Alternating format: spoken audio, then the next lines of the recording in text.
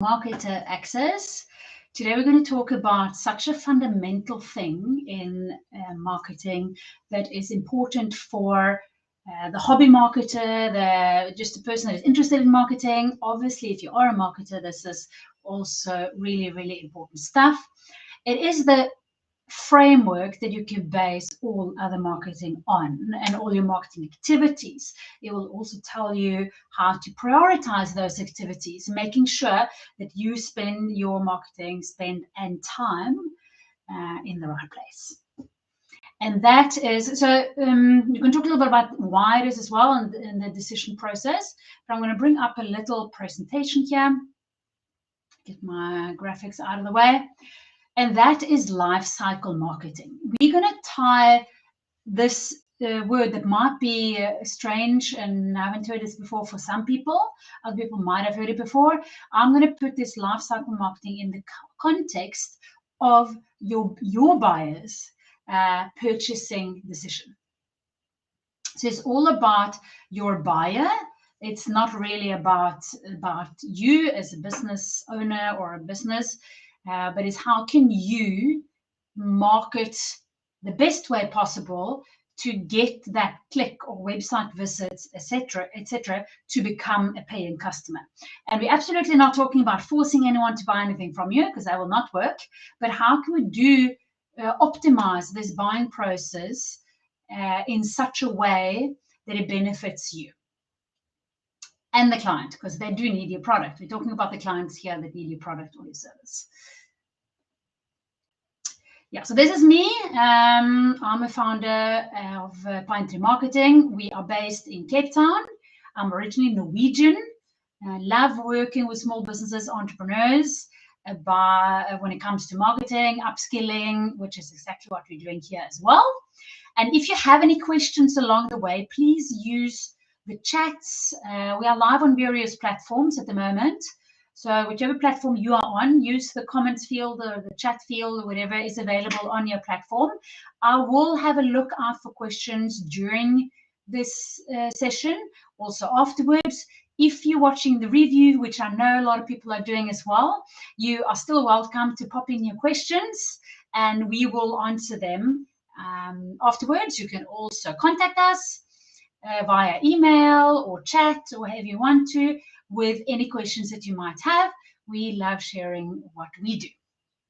That's why we have a passion for it, I guess. So let's have a little look at online buying and the customer journey. So I'm going to show you, I'm not sure if you can see my little screen here. Let me just, so I have, I'm going to show you. Let's see if this works. No, it doesn't. But what it does is that it shows you what a buying journey looked like traditionally and what it looks like now. So what we had more of a linear process where the people go through an awareness stage, familiarity stage, consideration phase, a decision phase, and then the loyalty phase, which is not always included. But this model is really, really old. It's really, really old. So it hasn't really, if you look at it that way, you're not really adapting to how a buying purchase is at the moment. Why is the buying purchase different? Well, because we have a lot more access to tools and we have a lot more access to information. So in 2009, McKinsey came with a survey where they started looking at the buying journey in UI. Well, again, what they came up with is that the customer has now become a researcher.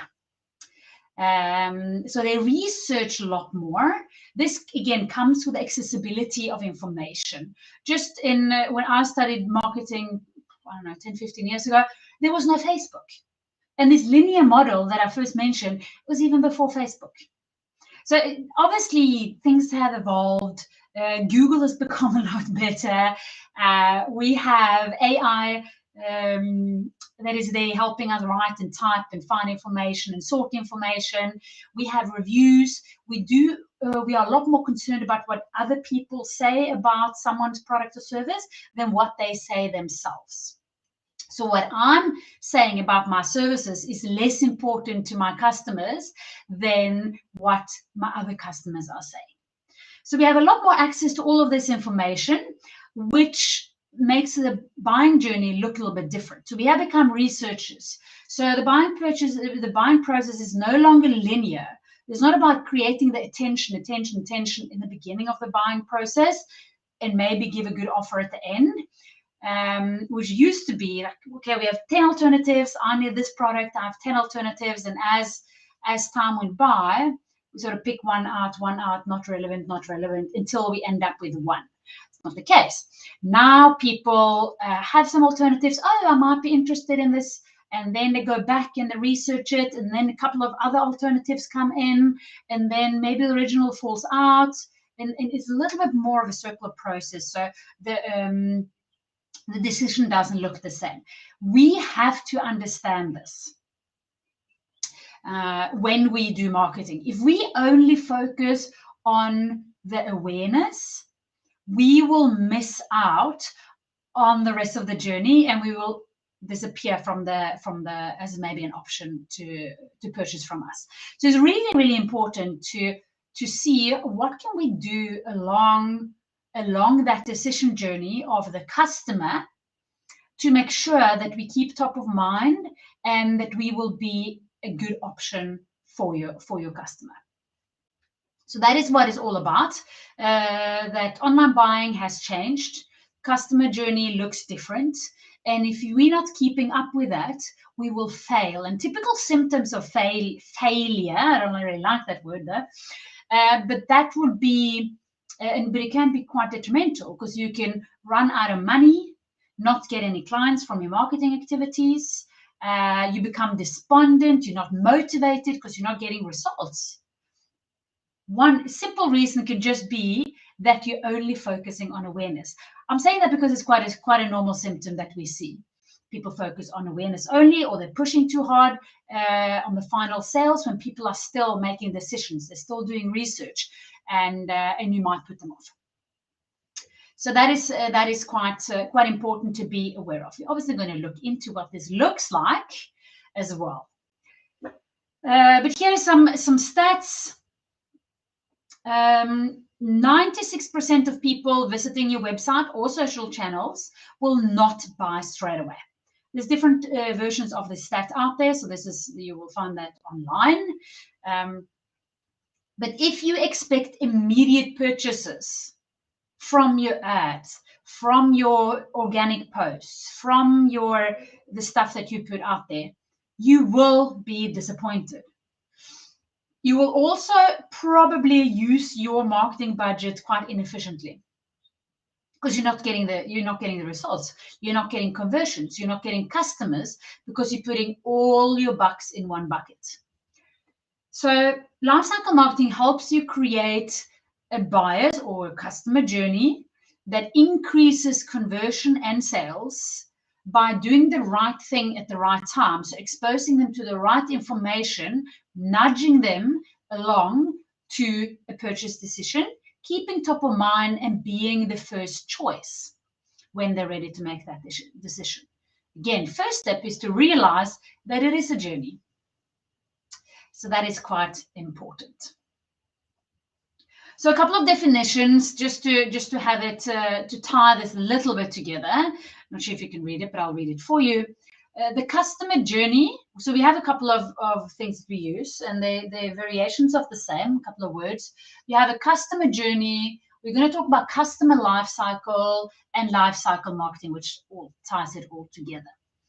And we're going to look at these. We're going to put them on top of each other. So I'm going to show you a little bit later how the customer journey flows and what you should think as a business to do your lifecycle marketing on top of that. So the customer journey is the complete sum of experiences that your customers go through when interacting with your brand. So instead of looking at just a part of the transaction or experience, or how does it post-sale in itself, how do I look first time they see me, the customer journey documents the full experience of being a customer. This is something they will experience regardless of you being purposeful about it or influencing it or not. So a lot of businesses are leaving this up to the customer to have their experience. They don't really have a conscious customer journey. So that is what the lifecycle marketing is going to do. It's going to create a conscious customer journey. The customer life cycle, very related to the customer journey. The customer life cycle refers to the process of the prospect becoming aware of the product, making a purchase, and then ideally also becoming a long-term customer. And there's ways to make that happen as well. We have divided this process in 3 stages, and we're going to look at that as well, putting all of these on top of each other a little bit later. Capture leads, convert clients, and create fans. Each of these steps have different goals, and we will see a little bit more on the next page as I'm mentioning there. Then we have life cycle marketing. Now, life cycle marketing is your marketing activities that help you create a buyer's journey that increases sales or conversions, as we like to call it in the marketing world, through nudging your potential buyer to a purchase decision. So you have a customer journey that you can be conscious of or not. The customer goes through what we call a life cycle. So it's a process they go through. And life cycle marketing is what you do along the way. So that is your activity. So that's the one you can really work on from your side. And that's your priority, where your priorities get set, and it all leads to a better customer journey, which leads to more sales. So here we're putting it on top of each other. So the customer journey stage, they realize that they have a problem. There is some form of awareness. Then there is quite an extensive consideration and especially consideration stage. This is where the researcher comes in. The researcher customer will, in the consideration phase, will be alternatives going in and out. They will have a lot more questions about your product, about if they need it or not. Is this something I want? Is it not? And then you have a decision phase. And then we have the retention and loyalty stage as well. How the life cycle marketing focus maps on top of that. Now you see that the part of collecting leads we need to do in the problem and awareness stage. So when they are becoming aware of the problem and so awareness generally that you're an option, we need to collect those leads. How do we do it? Normally we do it through targeting, attracting, and capturing. So here there will be things like understanding your target group, attracting them, so have something that makes them interested in you. That could be lead magnets, could be a great brand. If you have a great brand, for that sake, it can be a brand name. But something that attracts them to you, you need to have. And if you're missing any of these, you will see that your conversion will not be as good as it can be. And then you need to capture them. This is a lot of businesses tend to forget this part as well. You need to capture your leads. If you don't capture your leads, you can't pull them further in the process of converting them. You will lose them. So when they go into the consideration phase, you have a great potential of having lost them. So you really need to capture them. And to do that, you need to have something good of value that allows your buyer to be captured. So you can't force them. Then we have converting clients. And this is a really, really important one, because this is where the new buyer, the way people buy now compared to just say 10 years ago, becomes so important. The consideration phase. This is a lot longer than what it used to be. Because of the researcher, they want to be sure they have access to a lot of information, and they will see what do other people think about you. How do you present yourself? Is this a brand or product that I want to associate with? Lot more, and there more access to options as well. You can just imagine if you go, let's say you're looking for a pair of shoes. So before we got shopping centers, you walked in like a shopping street. Actually, before even the shopping streets, there was a shop on this corner and there was a shop on that corner, and you walked in between. Maybe there's even only one shop in a town. Then the shopping street came. Now all the shops were together.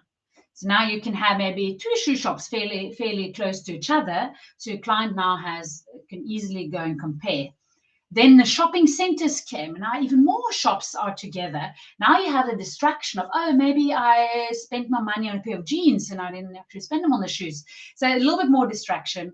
Online, you can have 25 tabs open at the same time, showing exactly the same shoe from different suppliers. So this is a little bit how to illustrate how we have now access to a lot more information as well.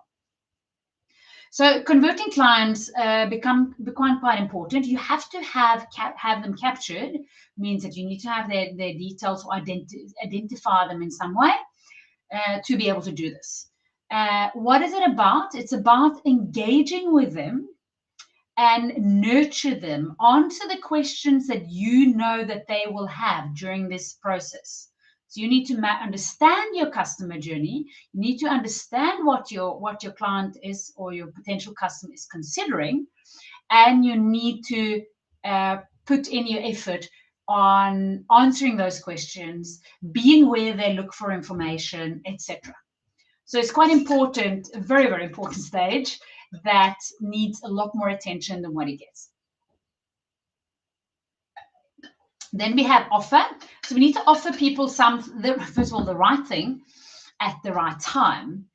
So say you're a pet shop or pet food shop supplier, and someone is interested in your cat food.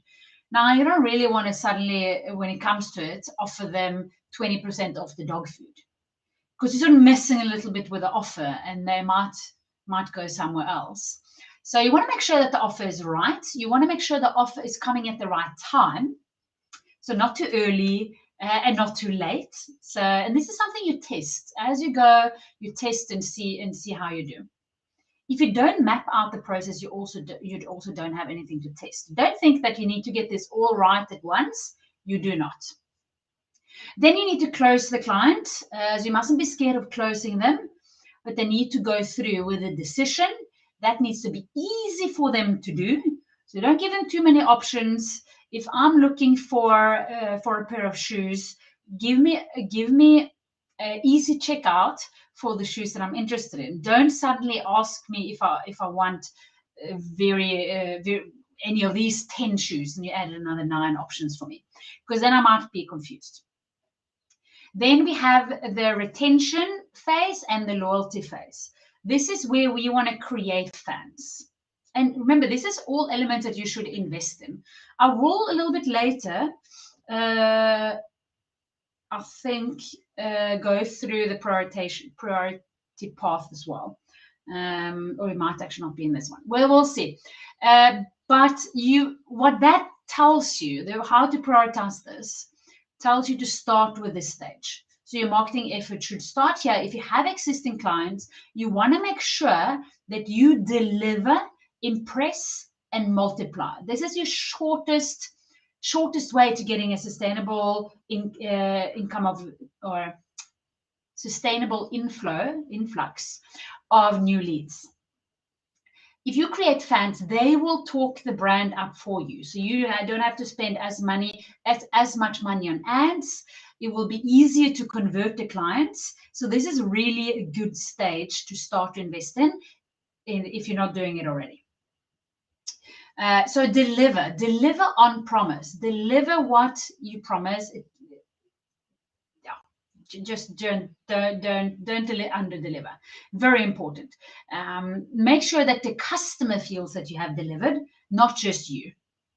So if you sent a pair of shoes that looked blue on the website, and then they actually a client thinks that they're purple, they will be disappointed. So deliver. Then you can impress. So that is also quite important, because this is how you're gonna make sure that you will be able to multiply. So impress the client. Do something extra. I don't know, personalized thank you note with a delivery. Discount on the next purchase. Get someone to phone them up and ask if when you know your parcel is delivered, to ask if it met with their satisfaction, etc., etc. But something to impress them. You will know what that is, or you will have to figure it out. Again, you don't have to know, but you will figure it out. It can be more information. It can be a lot of different things. It doesn't have to be anything that costs money.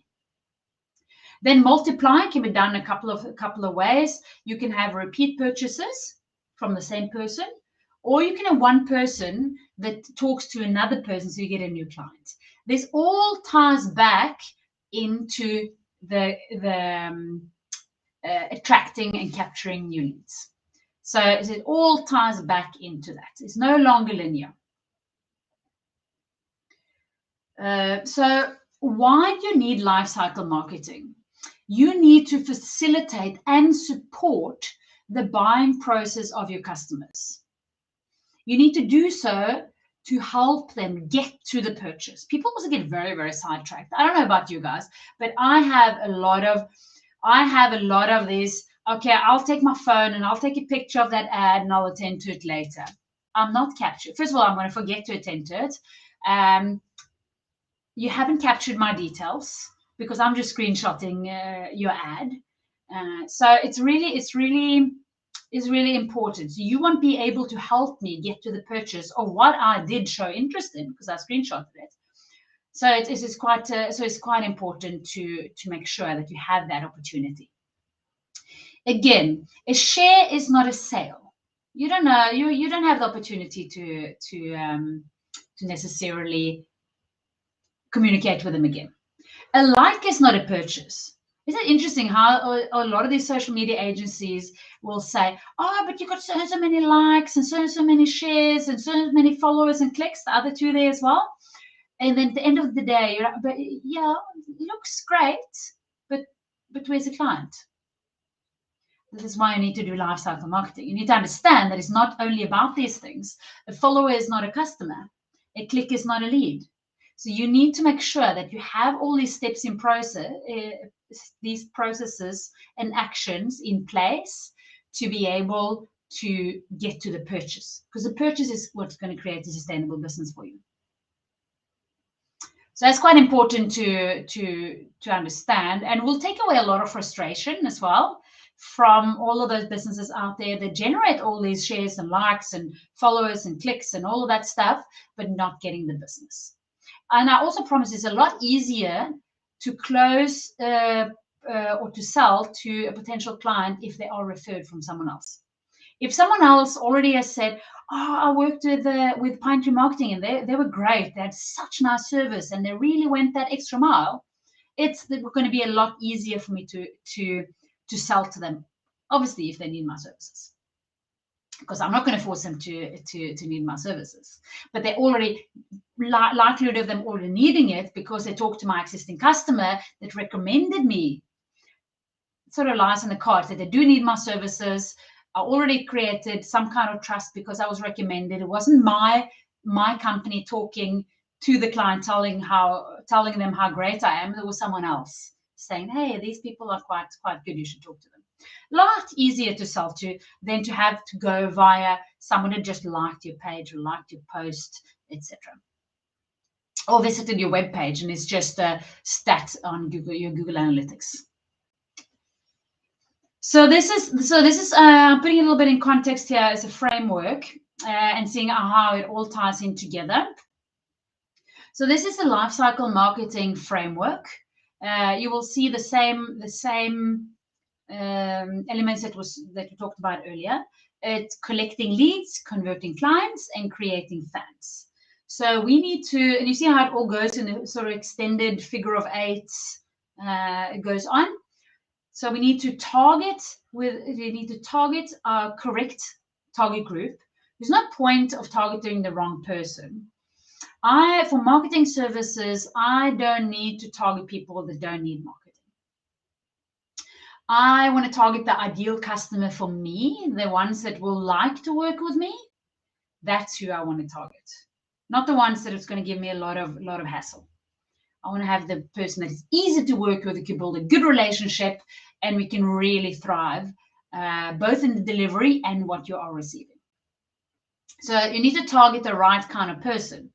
Also lead to frustration if you do not do that. Then you need to attract them. So you need to make them aware of you. You need to make yourself visible to them in a way that you can also capture them. So you want to attract them, give them something of value so that they want to register and give you their details. Then to convert clients, you really need to engage and nurture with your prospects. So again, going back to understanding who they are, understanding what's part of their purchasing process.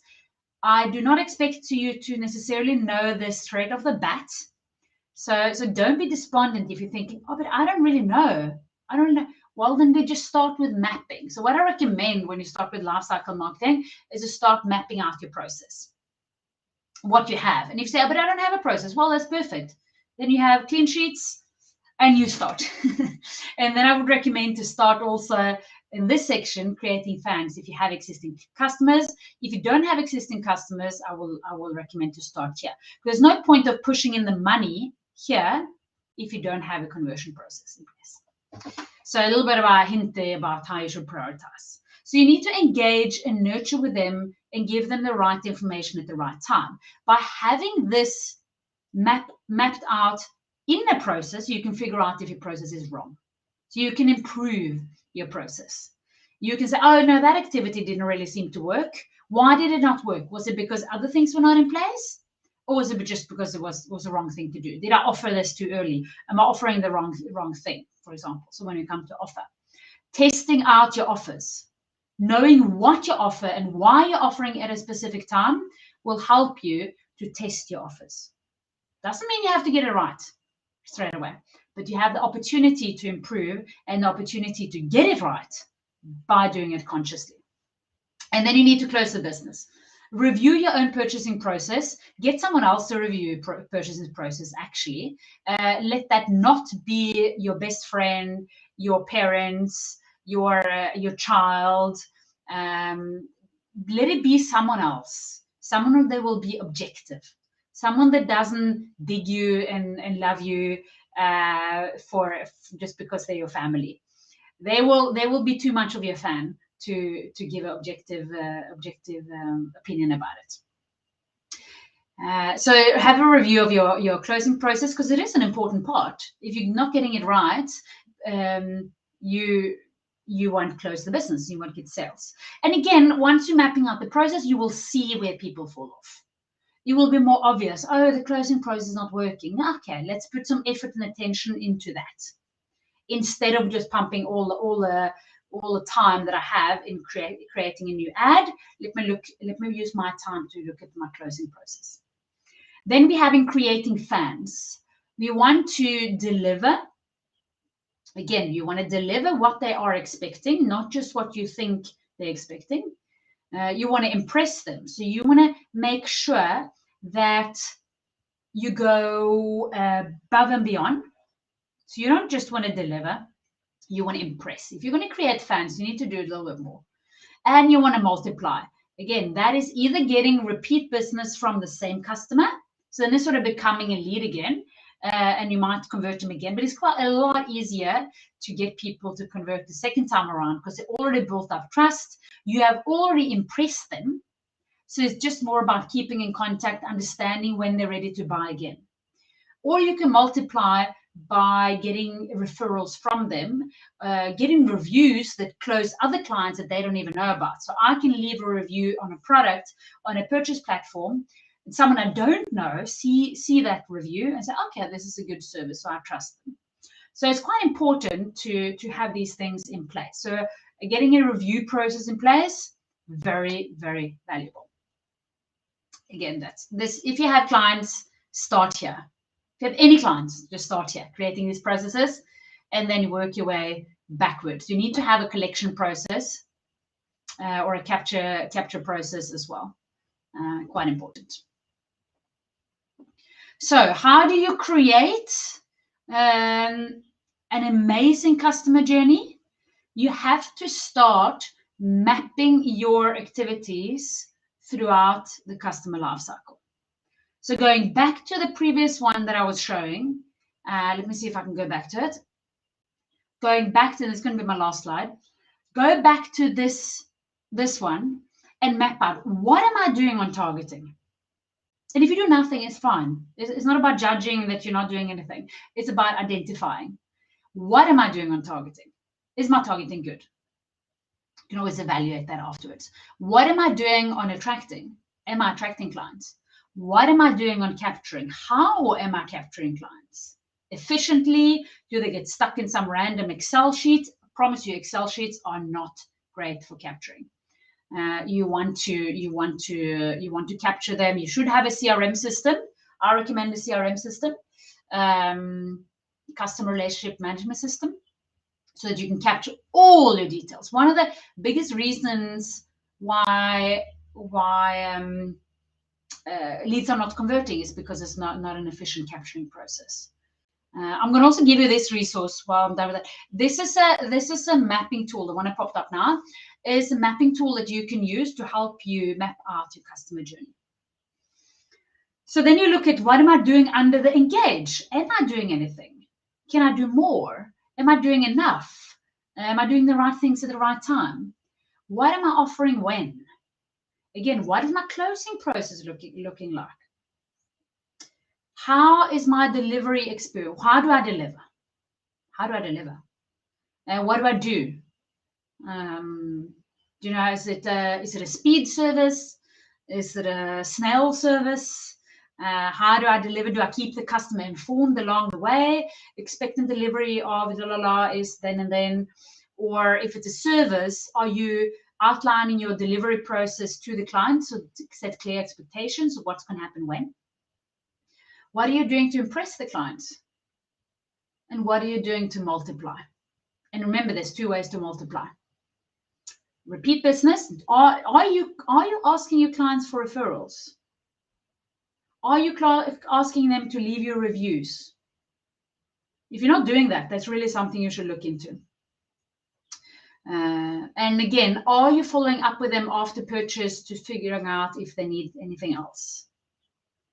Service as well. Maybe there's a service that is a repeat, getting a repeat retainer in instead of selling something every time again and again and again. You can multiply.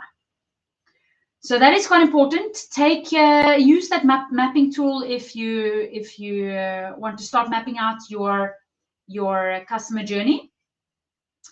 I recommend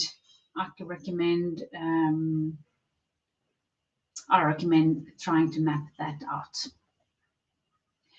So with that, that was the last that I was planning to go through in this session. I don't know if there's any questions. I don't think there's anyone coming in on the chat so far. But again, if you're watching this in the recording, please just pop the messages in, write us an email, be in touch. We are very normal people behind the scenes here that just love what we do and like upskilling our clients, obviously, but we already help them, but the general marketer out there as well, hobby marketer, serious marketer, marketing head, or just whoever is interested, actually. So let me know if there's anything, or let anyone on my team let anyone on my team know if there's anything, and I hope to see you again next time.